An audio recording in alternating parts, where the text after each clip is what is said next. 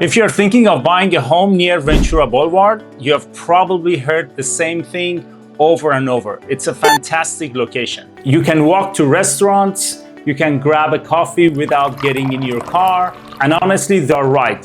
I love Ventura Boulevard. Some of my clients especially ask me to find them a home within walking distance of it. It's one of the most desirable lifestyle in Los Angeles, and I get it. But here is what I've learned. Every great location comes with trade-offs. My job is simply to help you understand those trade-offs so you can make the best decision for your family and your future. Let's start with something that almost everyone underestimates: noise. Hidden cost number one, the Tuesday test. Most buyers think they know whether a house is quiet. They pull up on a Saturday morning, the weather is beautiful, the birds are out, the street feels peaceful. They walk through the home, they picture themselves living there. They submit an offer, everything feels perfect. But here is what I've learned. A Saturday morning doesn't tell you what it's like to live there on a Tuesday afternoon. Go back to that exact same house around 5:30 on a weekday. It can feel like a completely different neighborhood instead of a quiet residential street. You may see drivers cutting through to avoid traffic on the 101. Delivery trucks stopping every few minutes. Rideshare drivers picking up passengers.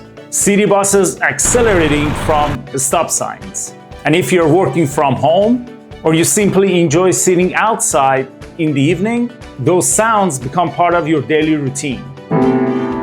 I'm not saying that's automatically a bad thing. Some people love being close to the energy. Some people want to be able to walk to restaurants, coffee shops, and stores. That's a lifestyle. But it's important to know exactly what you're buying. One thing I tell every buyer I represent is this: never decide whether you like a neighborhood after just one visit.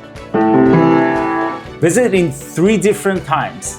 Come once in the morning during school traffic. Come back during weekday rush hour. Then visit again on a Friday evening. Those 3 visits will tell you far more than any brochures or online listing ever will. And here is the interesting part. Noise usually isn't the biggest complaint I hear after someone moves in. There is something else that surprises homeowners even more. Hidden cost number 2, the dust. You don't notice until you live there. Most people accept traffic to create noise, but very few people think about what that traffic leaves behind. And that's where the second hidden cost begins. Every car on the road creates teeny particles from tires, brakes, and the road surface itself. You don't notice them in a single afternoon, but over months, they start showing up everywhere. Think about your own car. If you have ever parked your car next to a busy street for a few days, you have probably seen that thin layer of dark dust that collects on the paint. Now imagine that same dust settling on your patio furniture, your windows, your balcony, and even your outdoor cushions. That's everyday life for many homes located close to major traffic corridors. Now, does that mean you shouldn't buy there? Not at all. It simply means you should know what comes with the location. I've seen buyers saying, but we had no idea we would be cleaning the balcony this often. That's something you almost never think about during an open house, because during the showing, everything has just been cleaned. The windows sparkle, the patio looks perfect. The outdoor furniture is spotless. That's exactly how it's supposed to look when it's being marketed. But living somewhere is different from touring somewhere. The long-term cost. Here is where it becomes more than just cleaning. If your windows get dirty faster, you're cleaning more than often. If your patio gets dusty faster, you're washing it more often. Your outdoor furniture wears out faster. Your HVAC filters may need to be replaced more frequently. None of those expenses by themselves are huge, but over the years, they add up. And most buyers never include those small maintenance costs when comparing two otherwise similar homes. Condos and townhomes, a lot of people assume, well, I'm buying a condo, so I don't have to worry about any of that. Not necessarily. The building still has to be maintained. If the exterior gets dirtier faster, the HOA may need to spend more money on pressure washing, painting, window cleaning, and general exterior maintenance. Where does that money come from? The HOA budget, which ultimately comes from the homeowners. Again, I'm not saying every HOA near Ventura Boulevard has higher costs. I'm saying it's another question worth asking before you buy. One thing I've learned over the years is this: most expensive surprises aren't hidden because someone is trying to hide them. They're hidden because buyers simply don't know to ask. That's why experience matters. Not because an experienced realtor can predict the future, but because they have seen enough transactions to know where problems usually show up. Now we have talked about noise, maintenance, but neither of those is the biggest financial trade-off. The third one doesn't affect you while you're living in the house. It affects you the day you decide to sell it. And in my opinion, that's the one buyers should think about the most. So hidden cost number 3, think about the day you sell. So far, we have talked about what it's like to live near Ventura Boulevard. Now let's talk about something that most buyers don't think about until years later: selling. Because one day, every homeowner becomes a seller. And I think that's one of the biggest mistakes buyers make. They are so focused on buying the house, they never stop to think about how easy or difficult it might be to sell later. Let me give you an example. Imagine there are 2 homes. Same builder, same square footage, same floor plan. Same kitchen, same bathroom, same upgrades. If I covered up the address, you would probably think they were worth about the same. The only difference is this: House A is tucked a few blocks into a quiet neighborhood. House B is right along a busy commercial corridor near Ventura Boulevard. Now here is my question. 5 years from now, if both homes hit the market on the same day, which one do you think more buyers will want to see first? In many cases, it's House A. Not because it's newer, not because it's larger, simply because more buyers are comfortable with the location. Every buyer has different priorities. One thing I've learned over the years is the buyers don't all value the same things.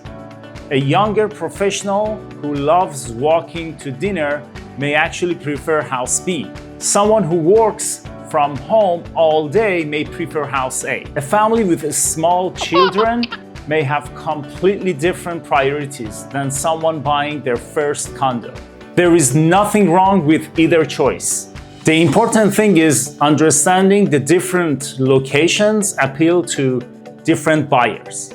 And it matters when it's your turn to sell. The question I always ask whenever I'm helping a buyer: if you needed to sell this home 5 years from now, who do you think would buy it? Most buyers have never thought about that before, but it's an important question. Because you are not just buying a home, you're buying your future resale market. I remember showing 2 very similar homes to one of my clients. One was on a quieter residential street. The other was closer to a much busier road. The busier home was less expensive. It looked like a great deal. My client asked me why this one is cheaper. I told them the house isn't really what you're getting a discount on. You're getting a discount on the location. That doesn't automatically make it a bad purchase. Sometimes it's exactly the right decision, especially if the location fits your lifestyle. But you should understand why the price is different. One thing I tell every buyer, here is something I truly believe. A house can be remodeled, you can update the kitchen, you can replace the flooring, you can renovate the bathrooms, you can even add an ADU, but you can't move the house. Location is one of the very few things you'll never be able to change. That's why I encourage buyers to spend just as much time evaluating the neighborhood as they do evaluating the home itself. So here is one of my personal rules. Don't just fall in love with the house. Fall in love with the life you'll have after you move in. Because after the excitement of closing fades, you're left with your daily routine. The drive to work, the evening noise, the weekend traffic, the walk to your favorite coffee shop. That's the lifestyle you're really buying. What's the simplest way to figure out whether a location is right for you? There is one exercise I recommend to almost every buyer. It's simple, it doesn't cost anything, and I think it tells you more than any inspection report or online listing ever could. I call it the 10-minute boundary test. That's the simplest way to figure out whether a location is right for you. There is one exercise I recommend to almost every buyer. It's simple and it doesn't cost you anything. Go back to the property one more time, not on a Saturday morning, not during an open house. Go on a weekday around 5:15 in the afternoon. Leave your phone in your pocket. Don't walk inside the house. Don't look at the kitchen. Don't admire the countertops. Just sit outside, on the front, on the balcony, or even in your car with windows down. Stay there for 10 minutes. Listen, watch, pay attention. How much traffic do you hear? How often do sirens go by? Do people use the street as a shortcut? Does the neighborhood feel comfortable, or does it already feel stressful? Because that's what your daily life is going to feel like. Not the perfectly staged open house. The ordinary Tuesday afternoon. After many years selling real estate, I've noticed something. People rarely call me in 6 months later and say, Cameron, I wish I bought a bigger kitchen, or I wish I had one more bathroom. What they usually remember is how the neighborhood feels, how easy it is to get in and out, whether it's peaceful, whether they enjoy spending time outside, whether the location fits the life they wanted. Those things matter long after the excitement of moving in is over. If I could give every buyer one piece of advice, it would be this. Don't buy a beautiful house. Buy a lifestyle you'll still enjoy in 5 years. Because kitchens can be remodeled, bathrooms can be renovated, floors can be replaced. You can paint every wall in the house, but you can't move the location. That's why I believe location deserves just as much attention as the house itself. If you're thinking about buying or selling anywhere in Los Angeles or San Fernando Valley, these are exactly the kinds of conversations my clients and I have every day. My goal isn't to convince you to buy one neighborhood over another. It's to help you understand the trade-offs before you make one of the biggest financial decisions of your life. If that's the kind of real estate advice you're looking for, I would love to have you here. Consider subscribing if you enjoy this kind of content. And if you know someone who's thinking about buying near Ventura Boulevard, send them this video. It might help them ask better questions before they make an offer. I'm Cameron Yassafar. Thanks for watching, and remember, always make the smart move.